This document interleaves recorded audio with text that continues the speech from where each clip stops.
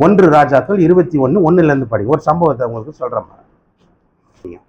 Ahab என்ற ஒரு பெரிய ராஜா, ஆகாப் என்ற ஒரு பெரிய ராஜா, அவன் அரண்மனைக்கு பக்கத்துல ஒரு ஏழை நாபோத் என்ற ஒரு மனுஷன், அவனுடைய ஏழை மனுஷன், அவனுடைய ஒரு திராட்சை தோட்டம் ஒன்று அங்கே இருக்குது.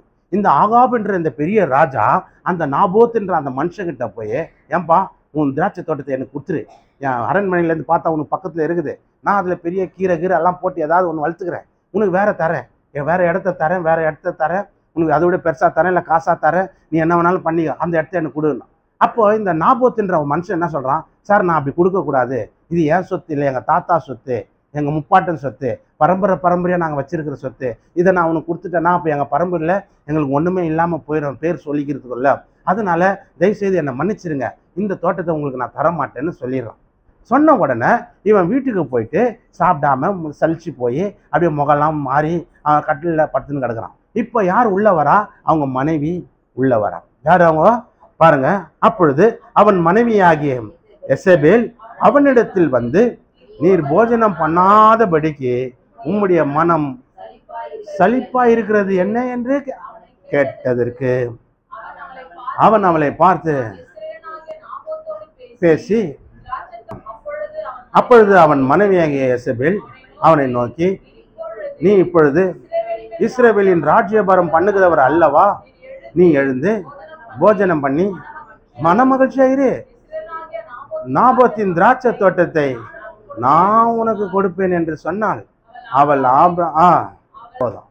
பாருங்க, நான் அதை தான் சொல்றேன், வைராக்கியம் எதில் இருக்கணும்னா நல்ல விஷயத்துல வைராக்கியம் இருக்கு, கெட்ட விஷயத்துல வைராக்கி இருக்கக்கூடாது. இந்த ஆகாப்ன்ற இவ்வளோ பெரிய ராஜா, இவன் நினச்சா எவ்வளோ ஏக்கர் கணக்கில் இடம் வாங்கலாம், ஏக்கர் கணக்கில் வாங்கலாம். அதை விட்டு ஒரு ஏழை வச்சிருக்கிற சின்ன திராட்சை தோட்டத்தை கேட்குறான். அவன் இல்லைன்றான், பரம்பரை சொத்து சார், நான் அப்படி கொடுக்கக்கூடாது சார், எனக்கு பின்னால் வர சந்ததி முப்பாட்டம் சொத்து எங்கன்னு கேட்டால் நான் என்ன பதில் சொல்கிறது, கொடுக்க முடியாது சார்னு சொல்லிடுறான். அந்த ராஜா வீட்டில் போய் துக்கமா சோகமா படுத்துன்னு கிடக்குறான். அவங்க மனைவி உள்ளே வந்து, என்ன நீ சாப்பிடாம அப்படியே படுத்துனுக்கிற, என்ன விஷயம்னா, இந்த மாதிரி ஒருத்தர் தோட்டத்தை கேட்டேன், அவன் இல்லைன்னா ரொம்ப மனசு கஷ்டமாயிடுச்சு, அதனால வந்து எனக்கு ரொம்ப டல்லாகி படுத்துட்டேன் அப்படின்றான். அதுக்கு அவங்க மனைவி சொல்லுது, நீ இஸ்ரவேலில் ராஜ்யபாரம் பண்ற அவ்வளோ பெரிய கிங்கு ராஜாவாச்ச, நீ இப்படி சோர்ந்து போகலாமா, நீ டல்லாகலாமா, மரியாதையாக சாப்பிட்டு அந்த தோட்டம் உனக்கு தரேன் அப்படின்னு சொல்லிட்டு என்ன பண்ணுது, அவனுடைய லெட்டர் பேடை எடுத்து, ராஜாவுடைய பேப்பர் லெட்டர் பேடை எடுத்து இது எழுதி அவன் சீலை வச்சு, அந்த லெட்டர் பேடில் சீல் வச்சு என்ன சொல்லி கொடுக்குது ஜனங்கிட்ட,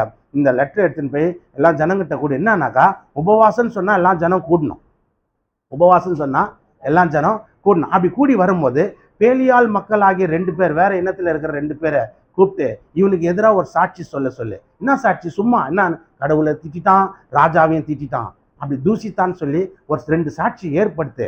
அப்போ அவங்க சாட்சி சொன்ன உடனே எல்லாரும் கல்லெடுத்து இவனை ஆட்சி காலி பண்ணிடுங்க. தான் கெட்ட விஷயத்துல வைராக்கி,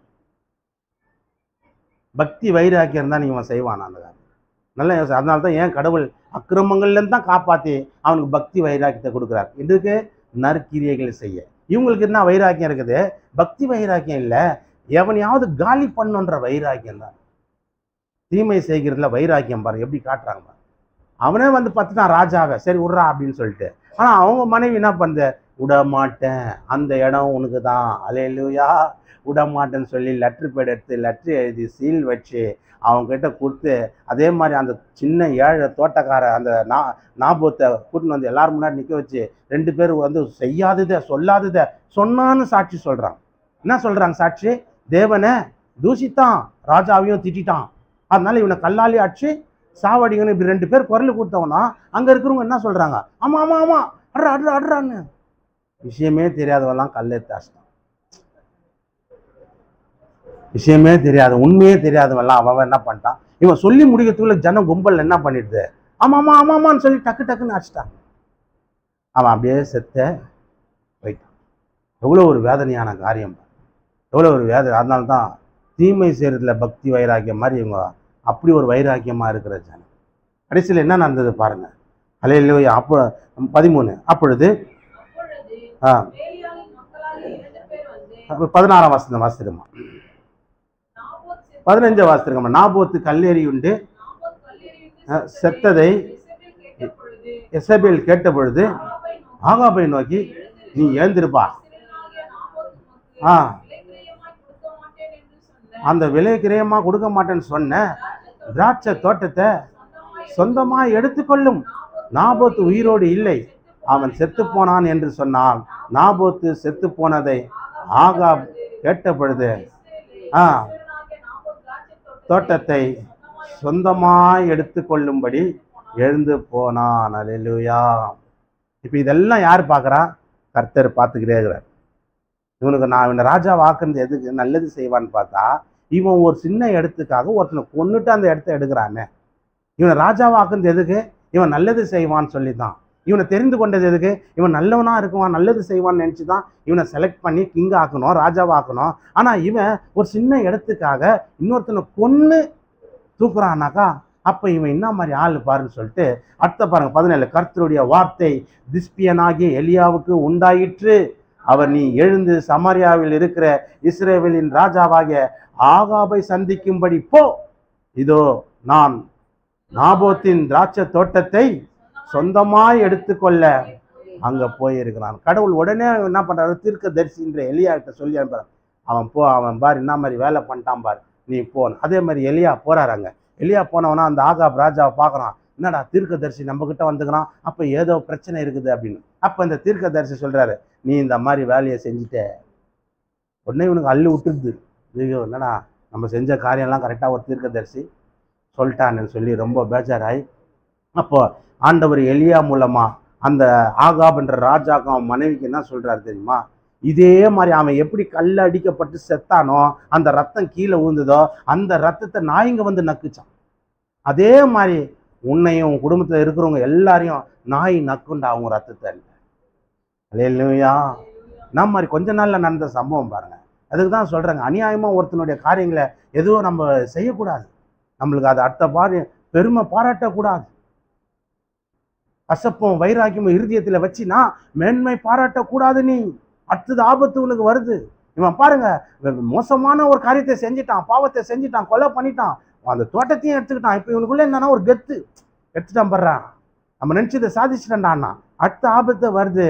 அதே மாதிரி அவனும் செத்தான், அவன் மனைவியும் செத்துது, அவன் குடும்பத்தில் இருக்கிற எல்லாம் நாய் முதல் கொண்டு செத்துது. அந்த ரத்தத்தை நாய் வந்து நக்குச்சு.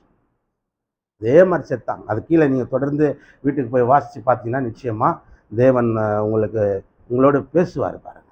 அல்லேலூயா. பாருங்க 20ஆம் வசனத்தை வாசிக்கிற பாருங்க. 19.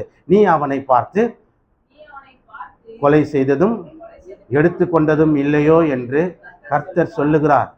நாய்கள் நாபோத்தின் இரத்தத்தை நக்கின ஸ்தலத்திலே உன்னுடைய இரத்தத்தையும் நாய்கள் நக்கும் என்று கர்த்தர் சொல்லுகிறார் என்று சொல் என்றார். அப்பொழுது ஆகாப் எலியாவை நோக்கி, என் பகைஞனே, என்னை கண்டுபிடித்தாயா என்றான். அதற்கு அவன், கண்டுபிடித்தேன். கர்த்தரின் பார்வைக்கு பொல்லாப்பானதை செய்ய நீ உன்னை விற்று போட்டாய். 24. ஆகாபின் சந்ததியில் நாய்களும் வெளியிலே சாகுகிறவனை ஆகாயத்து பறவைகளும் தின்னும் என்றான். தன் மனைவியாகிய ஏசபேல் தூண்டி விட்டபடியே கர்த்தரின் பார்வைக்கு பொல்லாப்பானதை செய்த தன்னை விற்று போட்ட ஆகாபை போல ஒருவனும் இல்லை. மனைவி தூண்டுனால போய் செஞ்சுட்டான். இவன் ஒரு பெரிய ராஜா, சொல்லி யோசனை பண்ணியிருக்கணும். ஆனாம்மா அவன் தர மாட்டேன்ட்டான். அவன் பரம்பரை சொத்துன்றான், அதையா நம்மளுக்கு வேணா விடுன்னு. சரி, அப்படியே அவங்க மனைவி அப்படி வந்து சொல்லும்போது கூட, எப்படி எடுத்த, எப்படி வாங்கின, எவ்வளோ காசு கொடுத்த, என்ன பண்ண, என்ன மெத்தடில் அவங்ககிட்ட வாங்கினு கேட்டாது இருக்கணும். அதையும் கேட்கல. மனைவி வந்து சொல்லிச்சு, செத்துட்டான்ப்பா அவன், நீ எடுத்துக்கப்பான்ச்சு. எப்படி செத்தான்னு கூட கேட்காம ஓடி போய் எடுத்துக்கணும். கடவுள் அடுத்த ஸ்பாட்லேயே சொல்கிறாரு, நீ போய் அவனுக்கு சொல்லி அவன் எப்படி அநியாயமாக செத்தானோ அதே மாதிரி அவன் குடும்பத்தில் இருக்கிற பட்டணத்துக்குள்ளே சாவுற, ஊருக்குள்ளே சாவுறவனை அந்த ரத்தத்தை நாய் நக்கும், ஊருக்கு வெளியே சாவுறவனுடைய சரீரத்தை பறவைகள் தின்னோன்னு சொல்கிறேன். அப்போ அதே மாதிரி நடந்தது. அதே மாதிரி தான். அதனால தான் சொல்கிறேன், கெட்ட விஷயத்தில் வைராக்கியம் பாராட்டாத, வைராக்கியம் இருந்தாலும் மென்மை பாராட்டிக்காத, அடுத்த ஆபத்து உனக்கு வருது. அல்லேலூயா. கசப்பும் வைராக்கியம் மனசில் வச்சுக்கிட்டு மென்மை பாராட்டாத அப்படின்றார். ஏன் மென்மை பாருன்னா அடுத்த ஆபத்து உனக்கு பெருசாக இருக்குது. கசப்பு வந்துடுச்சா, வைராக்கியம் இருக்குதா, ஏதோ ஒன்று இருக்குதா, விரோதம் இருக்குதா, உடனே ஆண்டவர்கிட்ட சொல்லி ஜபம் கபம் பண்ணு.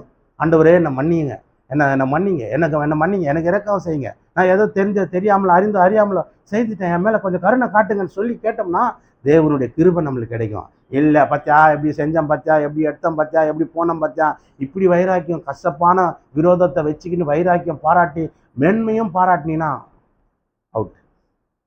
அல்லேலூயா. பாருங்க, அதுதான் சொல்லப்படுது. கலாத்தியர் என்ற ஒரு புஸ்தகம் 4:18